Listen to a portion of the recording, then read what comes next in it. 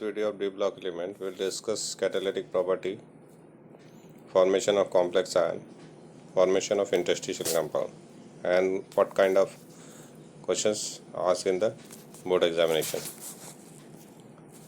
Formation of the complex ion.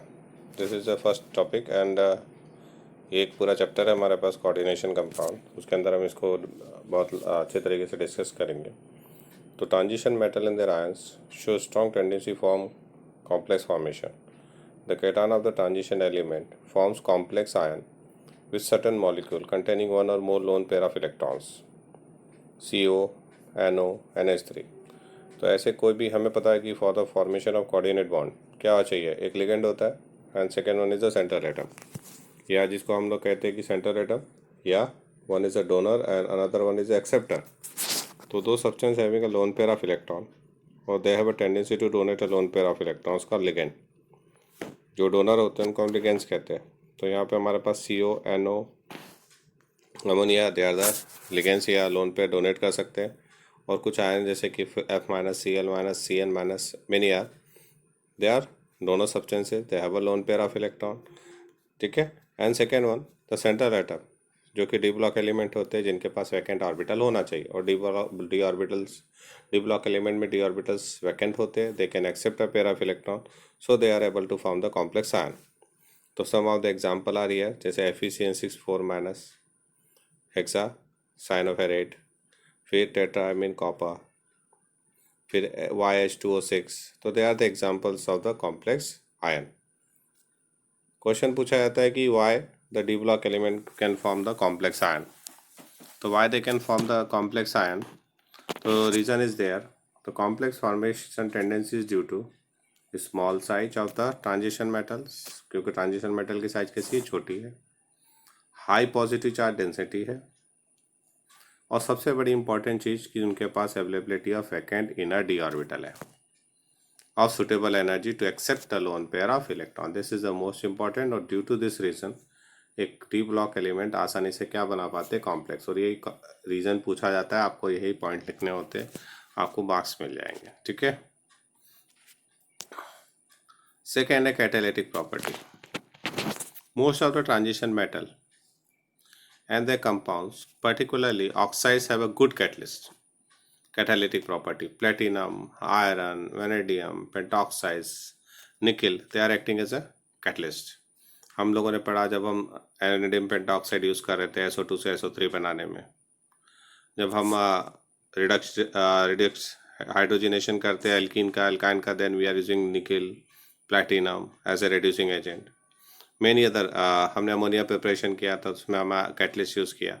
तो जितने भी डी ब्लॉक एलिमेंट है उसमें से मोस्टली और उनके कंपाउंड, उनके oxides acting as a catalytic substances. तो उनमें कैटालिटिक प्रॉपर्टी होती है. They can enhance the rate of reaction. तो why the D block element shows the catalytic properties. ये another question is why the D block elements and the compounds are a good catalyst. तो क्यों होते हैं, तो उसका reason यहाँ पर हमारे पास है.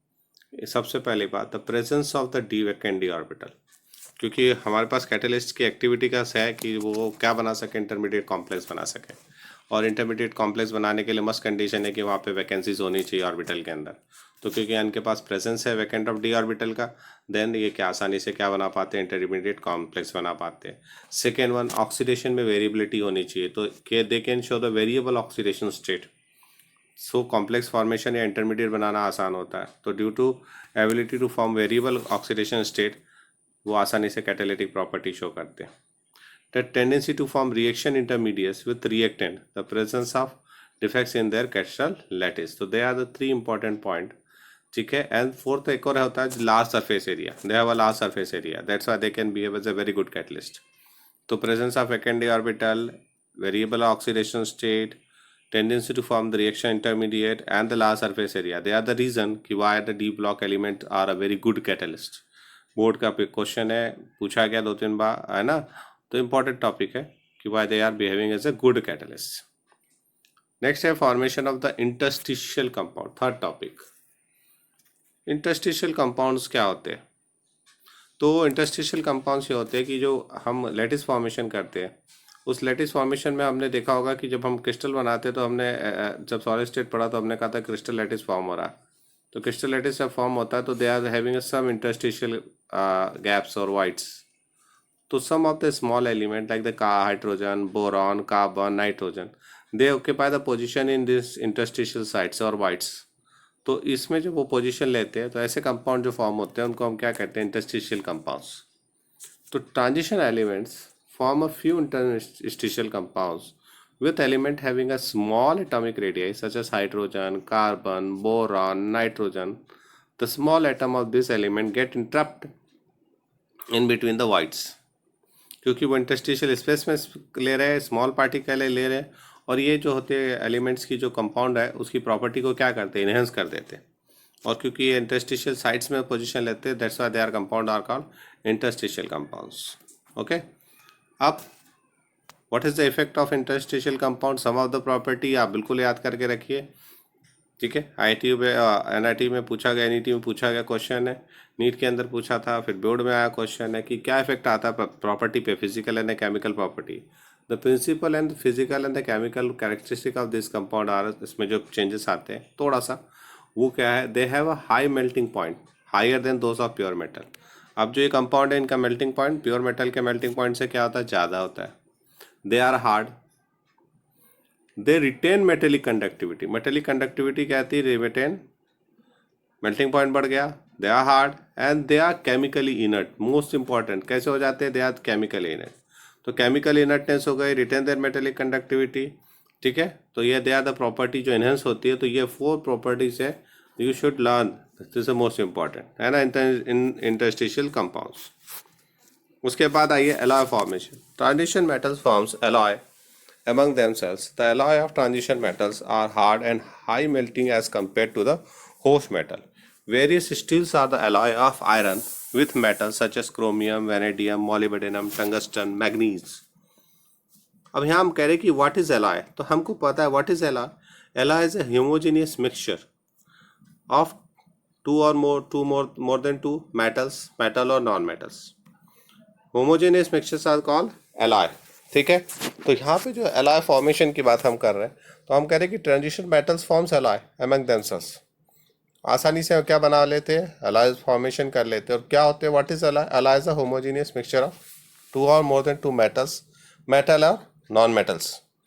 तो अब यहाँ जो एलॉय क्यों बना पा रहे डी ब्लॉक एलिमेंट, उसका कारण क्या है, उसका सबसे बड़ा कारण समझिए आप कि the atomic radii, homogeneous mixture बनाने का सबसे बड़ा कारण ये है, the atomic radii of the transition element in any series are not much different from each other. वो एक दूसरे के क्या है, जो एटॉमिक रेडियाई क्या था, साइज लगभग सेम था. हमने भी एटॉमिक रेडियाई जब पढ़ा था हमने कहा कि साइज लगभग क्या होता है, सबका सेम होता है. As a result they can very easily replace each other in the lattice and form a solid solution or an appreciable composition range such as solid solution are called alloy.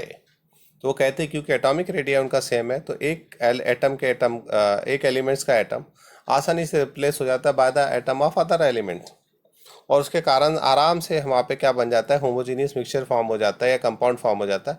तो इसे कहते हैं कि जो form है solid solution form हो रहा है, और इसी के कारण ये बहुत ही अच्छे एलॉय फॉर्म करते हैं डी ब्लॉक एलिमेंट. ठीक है, और दूसरा इंटरस्टिशियल कंपाउंड भी बना पा रहे हैं. ठीक है, क्योंकि जब हमने स्ट्रक्चर पढ़ा तो हमने फिर वही बात है कि अगर ये स्ट्रक्चर है, सपोज ये क्रिस्टल स्ट्रक्चर है किसी भी एटम का, और यहाँ पे एटम कंबाइन हो रहे हैं. ठीक है, अब ये एटम कंबाइन हुए, सपोज ये किसी का भी ए एलिमेंट का.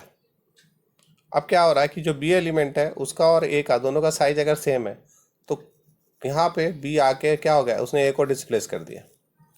अब पूरे स्ट्रक्चर में कोई अंतर नहीं आया क्योंकि बी का साइज और ए का साइज क्या सेम है.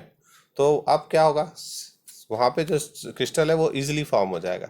और this is the function of ये एलॉय फॉर्मेशन, कि क्यों एलॉय फॉर्मेशन आसानी से होता है, because the atomic radii of the D block elements are nearly same, so the one atom can easily be displaced by the atom of other element. ठीक है, तो और बहुत सारे एग्जांपल्स हैं हमारे पास एलॉय का, ब्रास है, ब्रॉन्ज है, डुरेलुमीन है, many other examples, copper zinc alloy, copper tin alloy. ठीक है, एलॉय हम पढ़ चुके हैं, तो ये दे आर द एग्जांपल्स. तो वह क्यों एलॉय फॉर्मेशन क्यों होता है, तो यहाँ पे हमने 4 बड़े टॉपिक पढ़े. 3 एलॉय फॉर्मेशन, उसका एक्सप्लेनेशन क्यों एलॉय होता है. ठीक है, इंटरस्टिशियल कंपाउंड क्यों बनता है, why they are acting as a good catalyst और why can easily form the complex compounds. Okay